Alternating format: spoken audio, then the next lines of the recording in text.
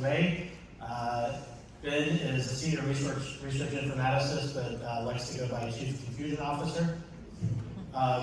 And I'm Brad Ryan, the Chief Product Officer at NCQA. We also have a fourth panelist, Marc Overhage from Elevance. Marc was unable to be here, very much wanted to be, so he sent a short video and that we're going to take a chance to look at as we walk through and talk about some of the unmet needs and some of the opportunities in data quality for particularly clinical purposes such as quality reporting and quality improvement, but in other contexts as well. Guys, first slides. Okay. Here we go. So we're gonna take a format where we walk through a few slides and try to convey a few things up front, and then we will have more of a panel-style discussion with questions for the second half of the session. But essentially, what we want to communicate is to talk about data fitness. I even said data quality in the title, but what our panelists are going to explain is data quality can mean a lot of different things, and really what it comes down to is data fit for the purpose that one wants to use it. We're going to talk about the connection of that to the digital transformation that we've been talking about in a number of sessions over the last few days. And we're going to talk about how we can use and leverage technology to assess data fitness and data quality as a way to make that more efficient, prospective, real-time, etc. So I'm just going to set the stage as a non-expert and then hand it over to our experts by saying a few words. First, we've spent a lot of money in this country digitizing clinical data. Billions of dollars in EHR subsidies and implementations and ongoing fees. And I think it's fair to say that so far, as a country and as a stakeholder group, we've not really gotten the return on that investment. One of the main reasons for that is a lack of trust in that data.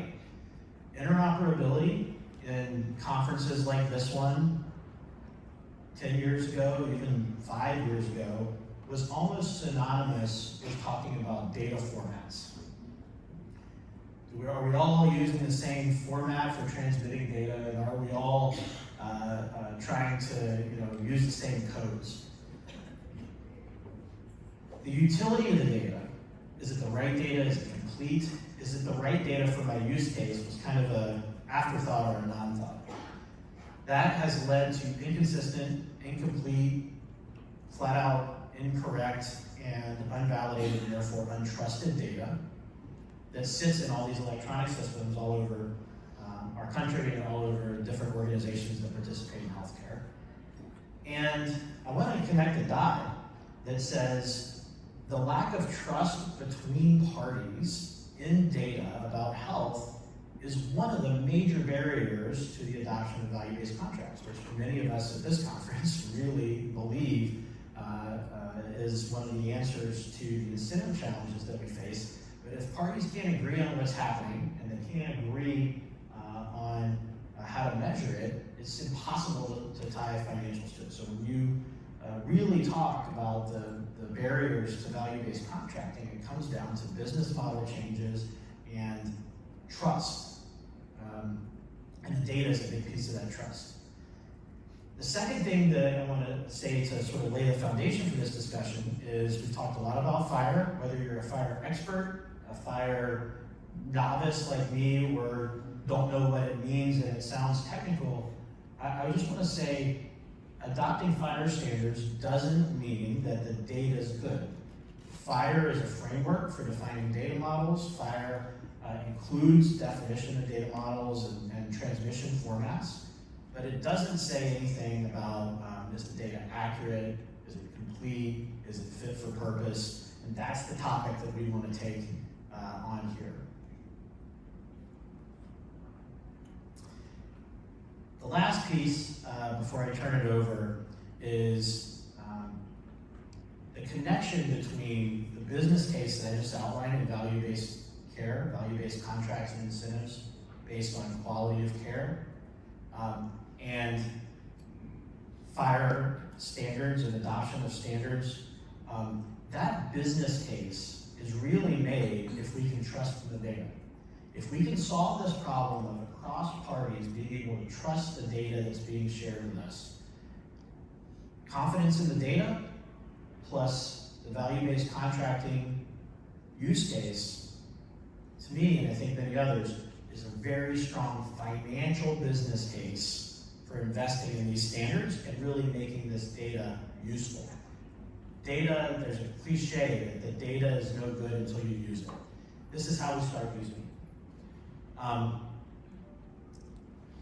And so as we go through and talk about this, we may get into some things that are a little more technical. At times we may start talking about use cases, but just keep it in your mind that this is a building block to some of the massive potential of value-based contracting that could be unlocked if we could all agree on what makes good data that I can trust to make business decisions on and base business processes on. So that's where I'm going to pause and leave it and turn it over to the panelists. We're going to hear more from Ben and then Parker, and then we'll play the video from Marc, and then we'll talk through questions from you. So be thinking about those as we go. Thanks, everyone. Thank you, Brandon. So before we get into Parker's visuals and the most exciting part of this presentation today, I have to give you a mini lecture on data quality. And before you all doze off, I'll keep it mini, I promise. But I want to make sure that everyone's calibrated to understand what Brad's introduced and the difference between data quality assessment and data fitness. Because it really is an important distinction to be able to understand. So in the basic framework world, there are essentially two major sides to data quality. There's the structural aspect and there's the conceptual aspect, right? On the structural aspect is where I think a lot of you may think about data quality assessment. You are taking data in its various structures and you're standardizing it, normalizing it. You are converting it to FHIR, you're converting from FHIR back to some other CDM perhaps, or back and forth. You're converting it to FHIR, then you're transferring it via API to some other FHIR server. At every point, you need to run a data quality assessment to make sure that something hasn't happened in either any of those transformations, any of that passing it back and forth, any of that sending, whatever. Things happen even in perfect scenarios. And so you need to make sure that you have a series of measures in place and tracking systems in place to understand what's happening. Now, that's all based in the common completeness, conformance, plausibility rules, right? Those are defined as essentially dichotomous rules that you meet or don't meet, and the process will flag inconsistencies and errors in those transformations that gives you thousands and thousands and thousands of information points. But again, it's all structural at the data element level. So you're essentially looking at each data element and you're tracking what, is the data element complete based on a specific reference. Now those reference points are varied. So the reference points primarily in digital quality measurement are the quality measure specification. So as Brad said, just because the data is in FHIR doesn't mean that means it's high quality or fit for any purpose, right? The measure specification tells you exactly what conformance criteria you need in terms of completeness, conformance, and plausibility for that particular data element to be relevant to the quality measurement. We'll talk a little bit about that more later. But again, the idea is to provide a visual of the data set you intend to use for explicit purpose and flagging the errors and inconsistencies. And by the way, you'll never get to 100% perfection in any of those data quality assessments. If you say it's 100%, I immediately lose all trust. So we immediately, the trust dimension is mostly in the concept phase, in the conceptual side. But again, there are certain aspects to data quality assessment that happen in anyone, regardless of their experience with these data sets, will say, yeah, no, sure, you got more problems than a few thousand data points that might need to be adjusted or tweaked. So on the other side of the equation is where I don't really call it data quality, I call it fitness for use, because it really is, it's a subset of data quality where the specifications the references, the expectations are set by the end user. They're decreed by the end user. If you talk to the researchers who developed this concept 30 plus years ago, in pre-marketability days, I think. But the idea is that the end user, the decision maker, who has to decide whether this data, the representations of this information, at not generally the data element level, but the aggregate level. This is what Marc will be showing you in a minute. Has to tell you, has to speak to you, has to say something to you that this is good enough for what I need to do. This data will give me enough information to answer the question I have about clinical quality, about whether whatever. I can just keep it that way. So the problem is, though, is that there is not a highly standard structure for those expectations for each individual use case, because the use cases are highly different.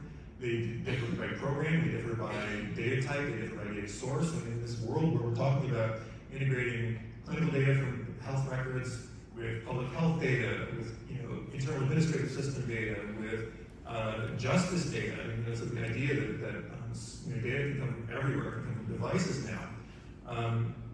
What is useful, and as you do that and normalize that, what standard are you expected to meet as you're aggregating this into DHA, for example, to then support quality measurement. And that is an area that is really difficult to define. I call it the intuitive dimension because, again, the data scientists who do this, it's art and science. The data scientists who do this tend to have physical reactions when they see these visuals. They know, based on their experience and what they've seen year over year, that this data will do what they need to do because they understand what's happening from that visual, even at the aggregate level. So what do we do in this case? We need this information to set these benchmarks to help standardize the data quality assessment in the fitness for use category and the contextual aspects. Because right now, the contextual data quality assessment or fitness for use assessment is almost exclusively manual. We can automate and we can augment the data quality assessment in the structural aspects, right? We have those fixed standards that we can meet. We have very nice nowadays specifications that we can meet. However, in the contextual aspects, we don't have any of that. Sampling, for example, in the contextual aspects of data fitness tends to run in a handful of patient records, right? We're talking about nowadays in data quality assessment, though, billions of records for millions of patients, right?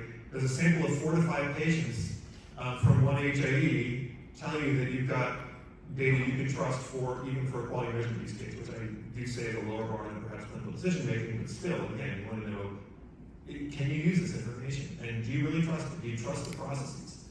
So we need to figure out how to scale up that. The way that I think we need to do that is we really need to follow the same cycle we do for digital quality measures, which is we develop, we test, we implement, and we continue to evaluate.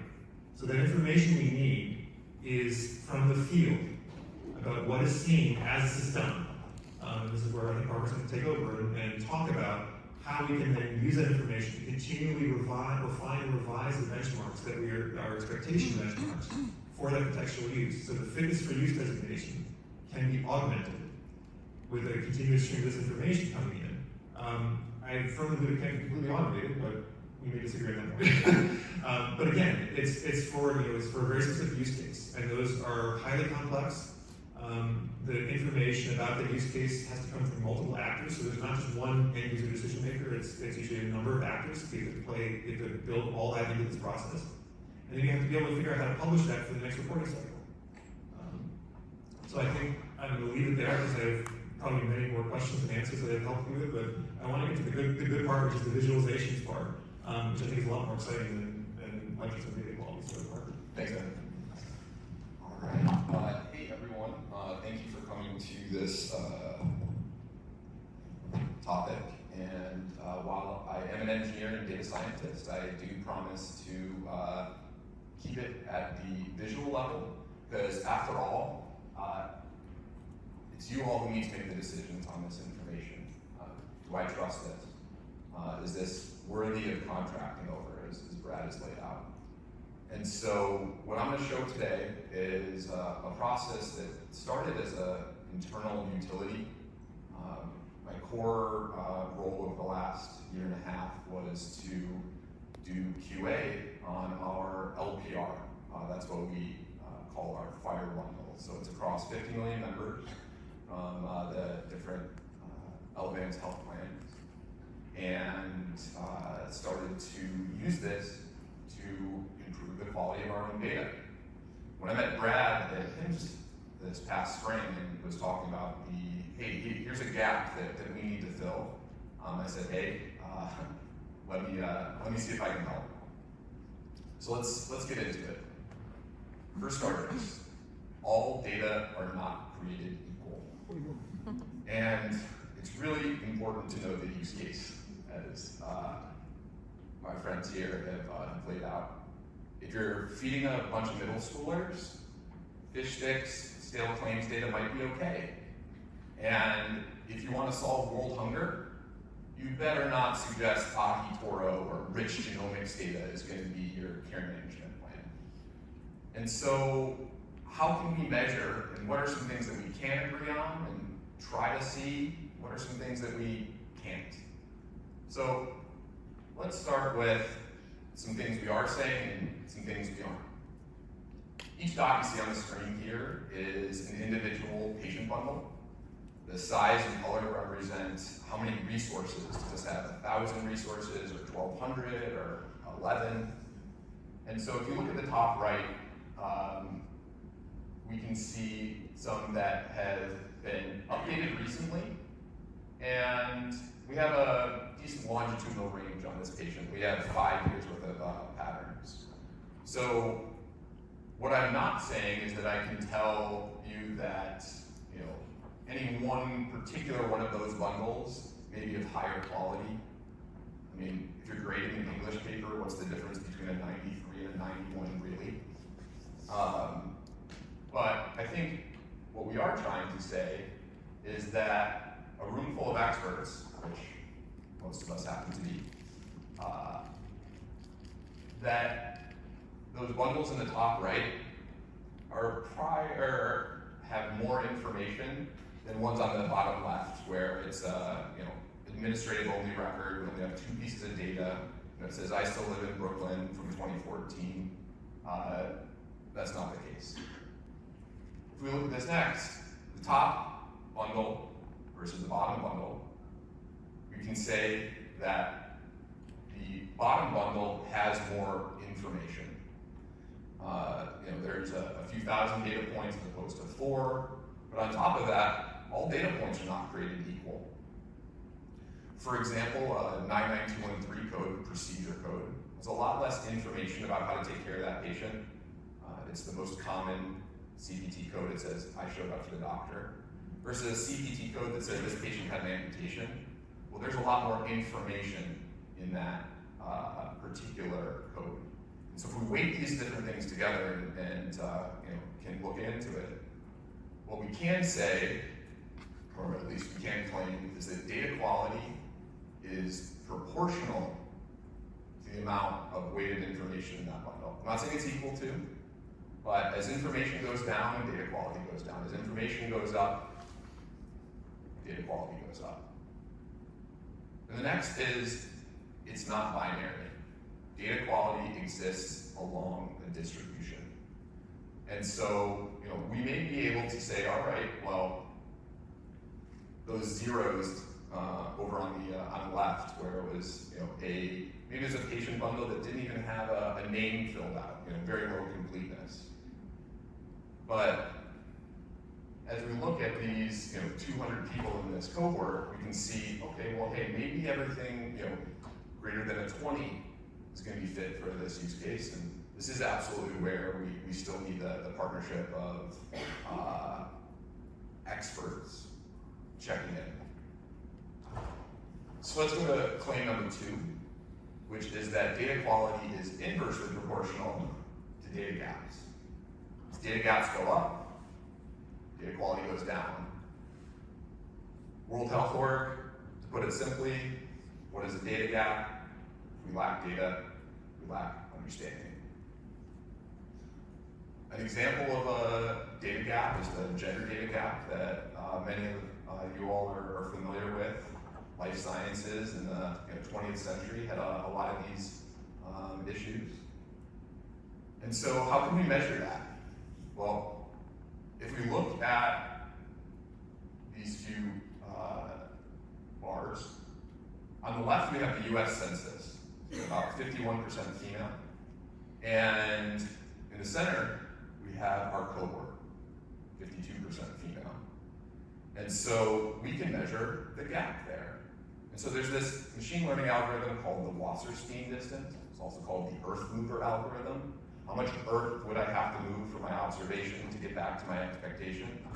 And so if you can believe that 52 minus 51 is 1 for a distance, well, we can then dial that up to a few more dimensions. So on the left here, we're now looking at the US Census across age, decile, as well as gender. And so now you can start to see that the cohort is most overrepresented by males in their 60s. And so, looking at this at maybe too blunt a level, where females were the most overrepresented, but again, we can see here that 6-year-old males are the most overrepresented. And so, I'm an engineer, I'm not a doctor. I'm not necessarily saying we know or I know what to do with these. I think Ben is a great partner for this.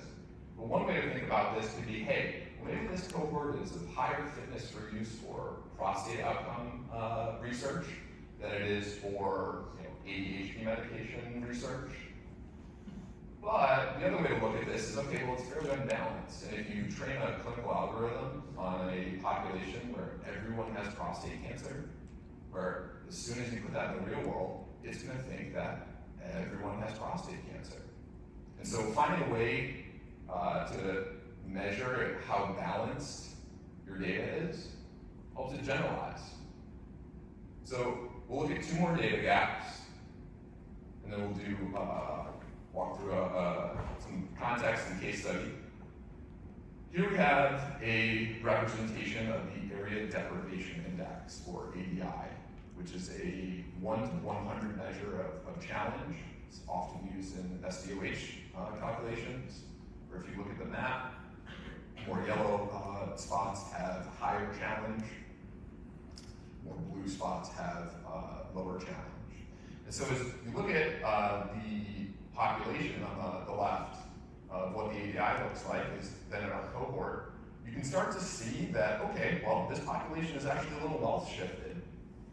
I've been thinking a lot about the telescopes recently. Like, yeah, I want to know if there's life, in that universe. But sometimes all we can measure is it moving away from us or is it moving towards us? Is it red shifted or is it blue shifted? And so, we're starting to get information about this population already. We saw that it was male 6-year-old shifted, and we're starting to see that, okay, this is well shifted as well. Last one I want to share is a longitudinal gap. So when I say census, I mean an official accounting of the population, not necessarily the Census Bureau. And so there are other entities that can issue a census, such as CMS. Says that, hey, payers need to exchange data with a data service minimum Jan 1, 2016. And so that would be the cohort on the left, the population on the left. You see our cohort, and you say, oh, hey, there's a gap here for this cohort. And so there's some things that you can see at a cohort level from a data gap perspective, but you can't see it at an individual record when we're trying to measure completeness and these other kind of thoughts. The fact that if you looked at my patient record that, knock on wood, I don't have a cancer diagnosis in that bundle, does not mean that it's missing. But when you dial it up to hundreds of thousands or millions of patients, there are some things that you can expect and then measure the distance from that expectation, which again we call a data gap, and we can measure with the Wasserstein distance. So as we think about measuring these, we also want to align with best practices in medicine, but also in technology. And And so half of my LinkedIn feed is engineering and half of it's healthcare. And so there are a lot of consumer companies that are working on data observability. It's a very big trend right now. It's, hey, how do we get this information up to the stakeholders so they can draw action on it? But some of these companies even started in healthcare, but we lost that brain drain to consumer SaaS companies because we didn't have a business model for it. And so Great Expectations specifically, again, started in healthcare, but doing consumer SQL queries in an unregulated market is the easy stuff. And as we know, healthcare data, and maybe especially FHIR, is not the easy stuff. And so since these tools weren't going to do my job for me, knew that we had to work towards creating this tool together, if not us two, right? And so the concept of data centricity is coined by Andrew Ng. He's one of the, if not the leader in machine learning and artificial intelligence, founder of Google Brain. And he talks about data centricity as a great and complex model with bad data is far inferior to great data and even better data and a simple model, right? And so, thinking about these FHIR challenges where we have this deeply nested JSON, a lot of people already kind of zone out. Well, it is highly dimensional, but so is healthcare. And it's just the best envelope technology, transmission format that we have that allows the most amount of technical folks and my peers who we want to recruit into this industry to feel at home. But what that doesn't make happy is SQL users, which is the vast majority of where our industry, as well as the data industry beyond healthcare, has expertise. And so there's a lot of great examples of trying to measure hard things, and we usually try to simplify it down to just a number and an index. And what does the S&P 3000 mean by itself? Nothing. But the S&P going from 3,000 to 3,500 to 4,000 to 2,500, well, that has signal. And so starting to think about, hey, how can we turn this into an index? How could we use math, not the Wasserstein distance, but what's bigger, 42 or 4? And break that down. And so a lot of great frameworks to stand on inside of life sciences and healthcare specifically. And these concepts of, hey, we can monitor some things at the patient level, and we can monitor some things at the cohort level, and let's try to work towards a simplified, but only as simple as necessary process.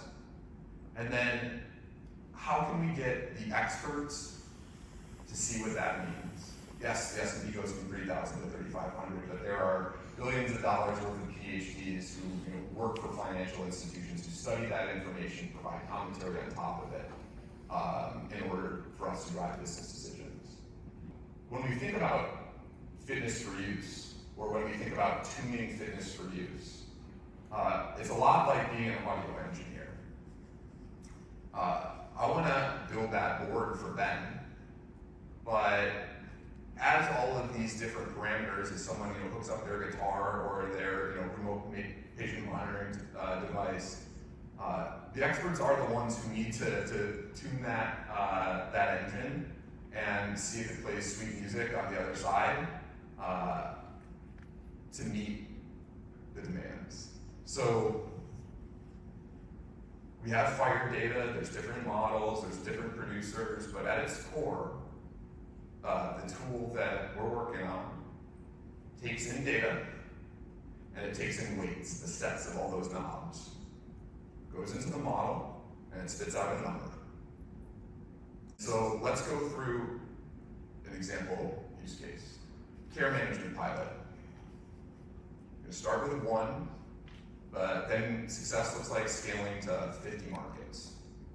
And there's 2 groups that are interested in working where you both have data. And so in a second here, we are all going to use machine learning, visuals, and math to say, can we align, can the experts align on which might be of higher quality, which might generalize better? So eventually we can run this through our model, and you can see that cohort A has a score of 48, and cohort B has a score of 4, okay? And we left C as a control there, so we can see that, you know, a 41 or 48 is kind of more normal for groups of this size.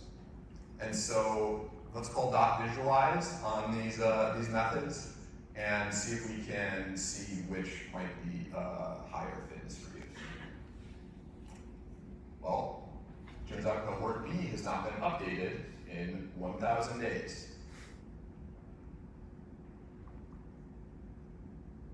Turns out cohort B is 100% male. Turns out cohort B is only folks in their 30s, 40s, and 50s. Turns out that cohort B, everybody lives in Southern California.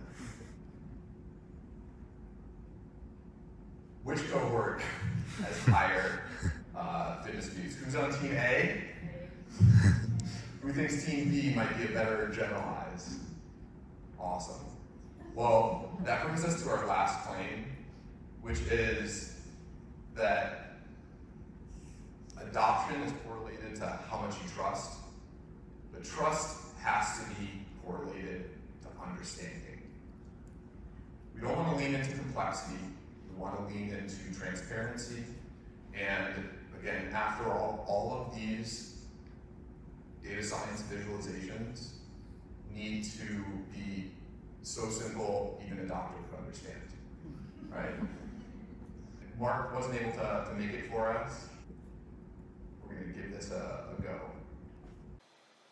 We've learned in manufacturing that you can't inspect or measure quality into a product.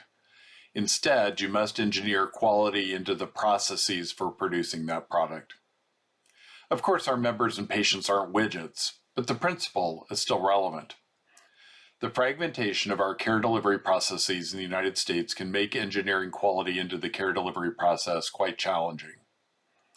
An essential resource in building quality into care delivery and measuring quality is the data about the patient or member. Ideally, we want to use the exact same data for measurement and improvement, and a substantial portion of our national healthcare data interoperability efforts are focused on making that the case. Our national interoperability efforts are focused on streaming transactions and standards rather than ad hoc batch data exchange, and for good reason. Near-time interfaces provide lower latency in data exchange and are typically easier to monitor and troubleshoot than batch approaches. Clinical data exchange standards based on HL7 FHIR, or Fast Healthcare Interoperability Resources, is essential to support scaling and data quality improvement. Adopting standards based on near-time data exchange is the norm, and collaboratively working to utilize that approach is the only sure path we have to improving the quality and efficiency of making the data available for both measurement and, more importantly, improvement of the quality of care that our citizens receive. Great, thank you guys. This is the point where we're gonna flip the format to some questions and panel discussion. I encourage anyone that has one to come up to a microphone. In the interim, either before or in between, I'll pose a couple of questions. Yeah, absolutely. Jump in. My role is to confuse things and make things more complicated. Again, I think that the idea that when I was talking about before about you can augment one side of the process, you can automate and augment the other side of the process. The one slide that spoke to me most was this part was about tuning for fitness for use. Again, just because there is no data in certain aspects of the data set you are evaluating, does that tell you something about that data set? It probably does. Maybe it doesn't. So you may be looking for numbers, but you also need to make sure that the feedback loop to the end user is there to make sure that that number has meaning to you alongside the composite of the visuals, right? Because a data set that is very, very narrow may be able to look very good at answering one question, but a data set that has no results for a series of process screenings, for example, there's structural data quality issues as opposed to contextual data quality issues. So I think again, this idea of that tuning piece is why I say you can only augment the contextual side, because you need to continually tune that with the experts, with the end users, to make sure that the visuals are actually meaningful in your decision making for fitness for use. Thanks, Ben.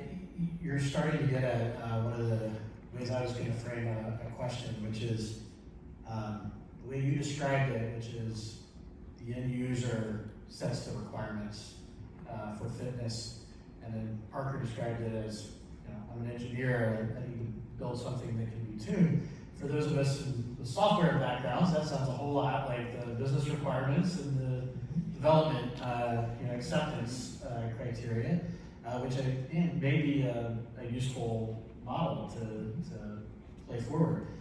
When I think about the end state here, I wonder if we can validate on the fly. I wanted to hear you guys talk about whether you think that's a possible reality, that you could agree the business requirements and the acceptance criteria of a technical solution that could get us to sufficient confidence that we could automate data quality assessment, and if not, what are those barriers? So I think we can automate a certain aspects of fitness for use because on the fly, because again, eventually we will be able to set those criteria, but we're a long way from being able to do that. We can automate data quality assessment right now. That's dumb. I mean, everyone does that. Not everyone, but people are doing data quality assessment have almost exclusively automated that because the manual process is not just viable in the volumes, right? But again, that tuning piece is where, right, acceptance criteria is what we need to tune, and we need to somewhat standardize for a variety of different use cases, because that's really what again, the end user, like I said earlier, is a series of actors. Right? So you think about the current process for use reporting. The data comes from a series of sources, it gets passed through the payer vendor, which then gets audited by the auditor, whose requirements were all set originally by the measure authority at the front and back end, right? Both for the audit requirements and for the measure specification requirements, and then. But again, it's that series of actors that have to kind of check the box and make all continued agreement across that to make sure that we're making consistent evaluations. But that's all manual process right now. Can we? I don't want to force everyone to do one size fits all approach either. So we have to be careful that we don't, force everyone to do it a certain way, because that can have downstream consequences as well, and probably lead to less quality and less fitness for use because everything goes to be tossed because it doesn't meet that exacting requirement. Right? We want to avoid that too. Yeah, a lot of people have seen a lot of the hype cycle recently around the DALL-E and generative images and, oh, hey, that it's producing this information. Well, all you have to do to use DALL-E is go, in and say, I want a picture of a horse skiing in the mountains. And all of that training that went on before, all of the adjusting of those knobs in the billions and hundreds of billions of parameters, well, that was set by, some pretty nerdy people, right, with some pretty deep expertise. But, if I was in the studio right now, and, my best friend who's called a musical savant had set that board, and, the Rolling Stones walked in, they're gonna sound great, because the board was set by the expert. And so, as I think about the opportunity that we have to move towards a more real time, one of the things that I just couldn't wrap my head around was the time delay on getting feedback. Like, if you told me what I was doing wrong or right 400 days ago, I've corrected course so many times since then. And so, you know, as we look at the opportunity to improve timeliness, to increase immediacy towards that reward or what we're trying to incentivize, there is absolutely an opportunity for organizations that do have the expertise to be that trusted entity that says, hey, we've hired the best record producers, and you know, we can share that tuning out. The first draft of the data quality index has about 14,000 parameters set. You know, that's a lot more than just two, like how recent is the data, how big is the data.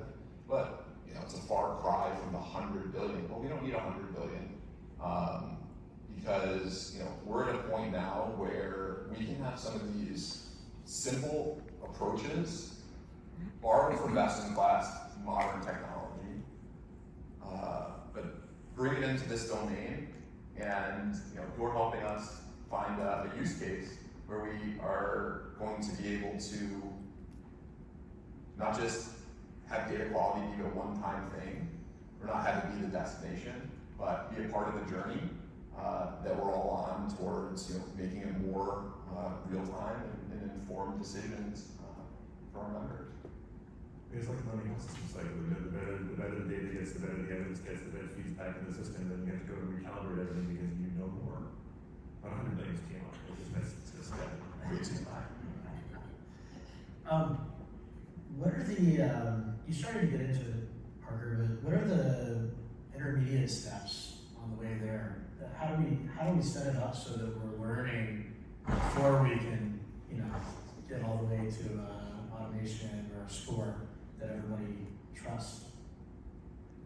Well, I think there's certainly a few parts. You talk about just adopting FHIR does not mean that the data are good, which really speaks to me. But one thing that I think organizations that want to, work with us on this problem, which this needs to be a cooperative environment,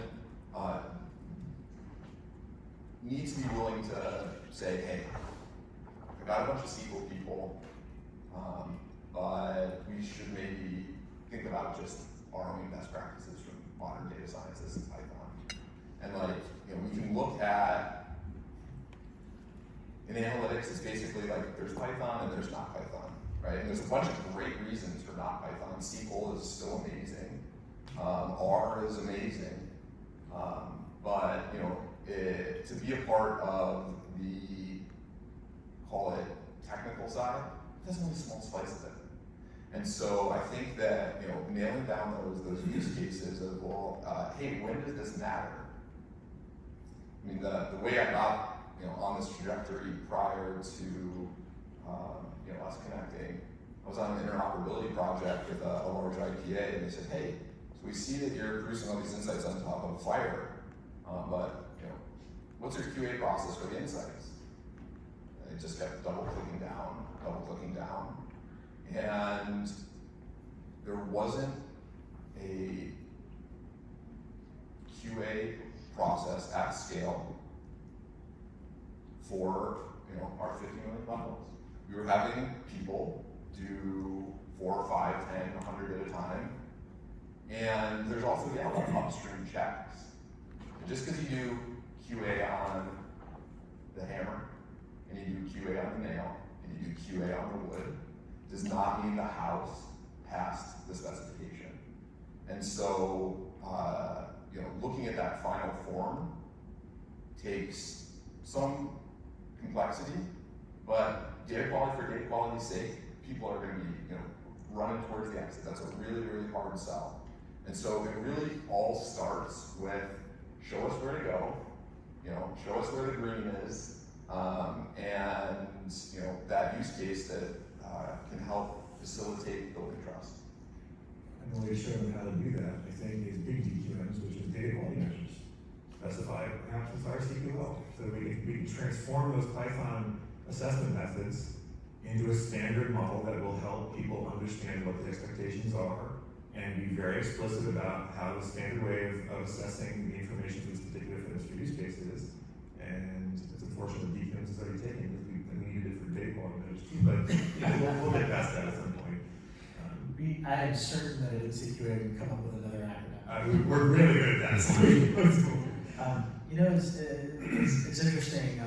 I wonder, as the non-technical person, but who's been in this business for a while, I think back to a period of time, sort of 15, 10, maybe still going, years ago, when there were a lot of companies out there that started with the premise of first, I gathered together all the data, right?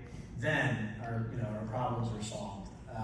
And it's like that lack of the use case in the fitness assessment caused a lot of people to spend a lot of money on data warehouses, data lakes, and data stores, and every other version of a way to gather data together that didn't lead to a ton of value.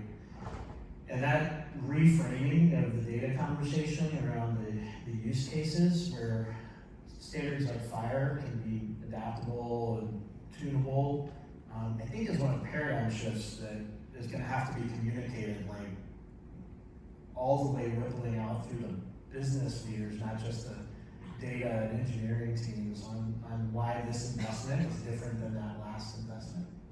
well, it's because they say we don't want to boil the ocean, but that's exactly what they want to do, right? That's the problem I think you keep expressing, is that we say we don't want to do this, we can't do this, and we can't do that. But they think that they need everything, they need 100 million data points in order to The single source of the truth. single source of truth for everything and anything, and that's just it's not even unicorns. It's infinitely impossible. So guys, you mentioned bringing other domains, learnings from other domains. Has anybody solved this really well? So there's a lot of really great science to stand on, but as you think about not over-optimizing for any particular use case, there isn't the answer for that checking the FHIR level. Well, there are tools that like OMOP from the Odyssey project that come out of the life sciences, and as we think about or talk about maybe what the three kind of legs are that we're thinking about, one is quality, one is care management, and one is real-world evidence. We want to talk about it at the HHS level. There's ONC and CMS and FDA, and so solving these in any one particular isolated format, I think would be a misstep or repeating some of the kind of the breaks of the past.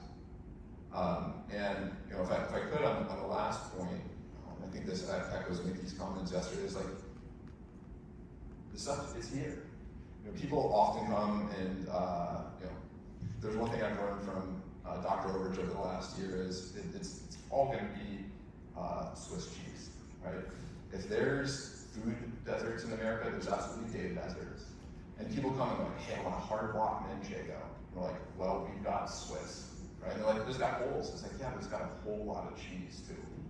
And so many of these technologies do not need to wait for the speed of light to be reached. We don't need to reconcile like particle physics and like the normal physics like together before like 9.8 meters per second squared is like a really good framework.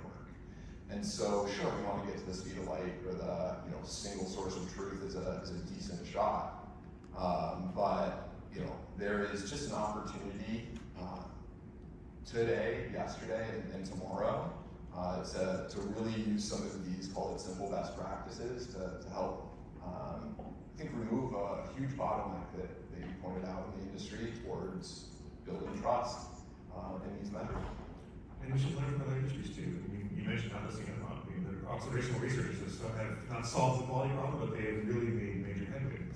There are other industries that we always say we want to learn from, and we should stop reinventing the wheel of quality again to try and do this. I think we should really, that's what we preach, and if you see what other people are doing, that would be very relevant. We can just plagiarize, beg, borrow, steal, whatever it takes to really accelerate where we are, and stop trying to create it from scratch. That'll cue the healthcare is different. We'll have a whole other panel on why healthcare is not always different in every way. So we're out of time. Thanks to the panelists and thanks to those in the audience. I think this is an important topic. We appreciate those who are interested in engaging. As Parker mentioned, we've built a little group of people thinking about this through events like this one, and would welcome others who have a passion and interest in the space.